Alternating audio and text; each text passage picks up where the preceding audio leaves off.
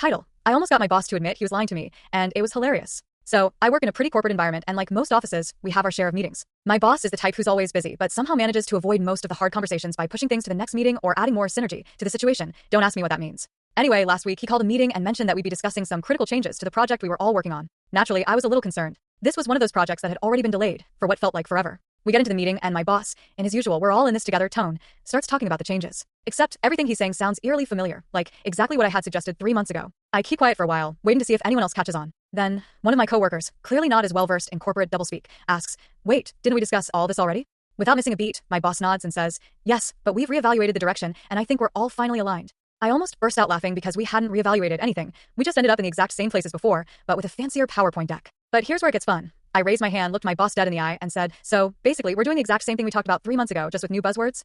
The room went silent. Everyone was looking between us like they were watching a tennis match. My boss, visibly flustered for the first time ever, started backpedaling like a pro. "Well, I wouldn't say it's exactly the same, but we've really optimized the process." I just nodded and smiled, letting him stew in his own mess for a few moments. The rest of the meeting was a blur, but the best part? The team agreed with me, and now, we're implementing my original suggestion, finally.